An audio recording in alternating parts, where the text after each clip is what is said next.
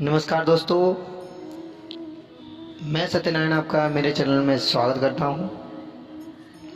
आज हम Bhagavad Gita today I am talking about Bhagavad Gita अध्याय 13।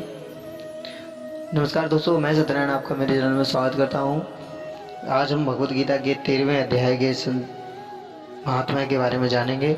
इससे पहले मैं आप लोगों को बता दूं कि मेरी भगवत सार की वीडियो अलग हैं और भगवद गीता संस्कृत अनुवाद की वीडियो अलग हैं।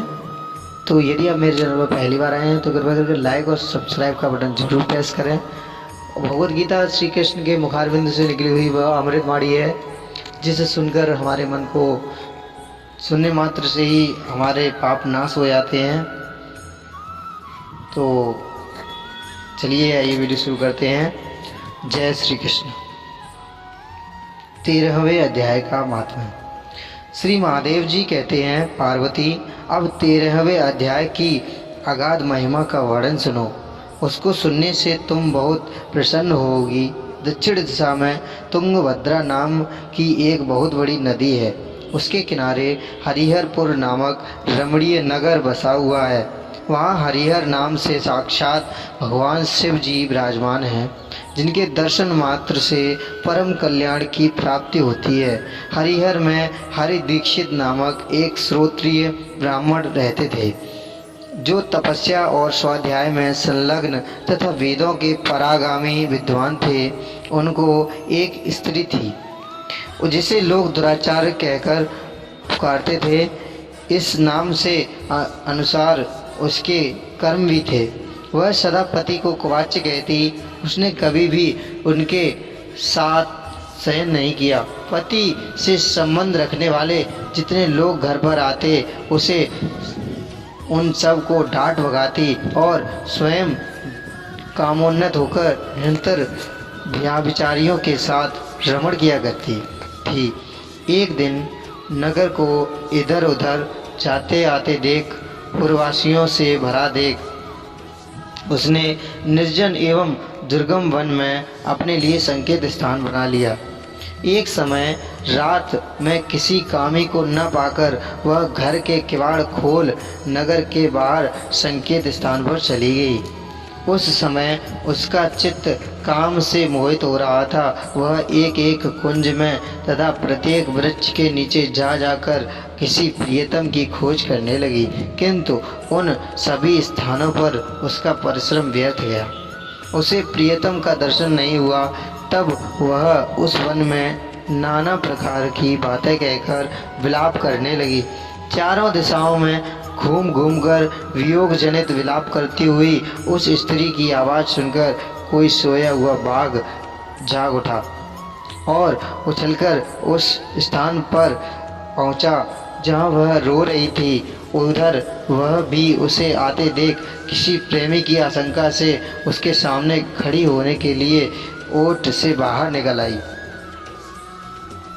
उस समय व्याघ्र ने आकर उसे नख रूपी बाणों से प्रहार से पृथ्वी पर गिरा दिया। इस अवस्था में भी वह कठोर वाणी में चिल्लाती हुई पूछ बैठी, अरे बाघ, तू किस लिए मुझे मारने को यहाँ आया है? पहले इन सारी बातों को बता दे, फिर मुझे मारना। उसको यह बात सुनकर प्रचंड पराक्रमी व्याघ्र क्षण भर के लिए उसे अपना ग्रास बनाने से रुक गया और हंसता हुआ सा बोला, दक्षिण देश में मलापह नामक एक नदी है। उसके तट पर मुनिपर्णा नगर बसी हुई है। वहाँ पंचलिंग नाम से प्रसिद्ध साक्षात भगवान शंकर निवास करते हैं। उसी नगरी में मैं ब्राह्मण कुमार होकर रहता था। नदी के किनारे अकेला बैठा रहता और जो यज्ञ के अधिकारी नहीं हैं, उन लोगों से भी यज्ञ कराकर उनका अन्न खाया करता था। इतना ही नहीं, धन के लोभ से मैं सदा अपने वेद पाठ के फल को बेचा करता था। मेरा लोभ यहाँ तक बढ़ गया था कि अन्य भिक्षुओं को गाली देकर हटा देता और स्वयं दूसरों को नहीं देने योग्य धन भी बिना दिए ही हमेशा ले लिया करता था। ऋण लेने के बहाने मैं सब लोगों को छला करता था। तदंतर कुछ काल व्यतीत होने पर मैं बूढ़ा हुआ, मेरे बाल सफ़ेद हो गए, आंखों से सूझता न था और मुंह के सारे दांत गिर गए। इतने पर भी मेरी दान लेने की आदत नहीं छूटी। पर्व आने पर प्रतिग्रह के लोभ से मैं हाथ में कुछ लिए तीर्थ के समीप चला जाया करता था। तत्पश्चात जब मेरे सारे अंग शिथिल हो गए, तब एक बार मैं कुछ धूर्त ब्राह्मणों के घर पर मांगने खाने के लिए गया। उसी समय मेरे पैर में कुत्ते ने काट लिया। तब मैं मूर्छित होकर क्षण भर में पृथ्वी पर गिर पड़ा, मेरे प्राण निकल गए। उसके बाद मैं इसी व्याघ्र योनि में उत्पन्न हुआ हूँ। तब से इस दुर्गम वन में रहता हूँ और अपने पूर्व पापों को याद करके कभी धर्मशिष्ट महात्मा यदि साधु पुरुष तथा सती स्त्रियों को मैं नहीं खाता, पापी दुराचारी और उल्टा स्त्रियों को ही मैं अपना भक्ष्य बनाता हूँ। अतः उल्टा होने के कारण तू अवश्य ही मेरा ग्रास बनेगी। यूँ कहकर अपने कठोर नखों से उसके शरीर के टुकड़े टुकड़े करके खा गया।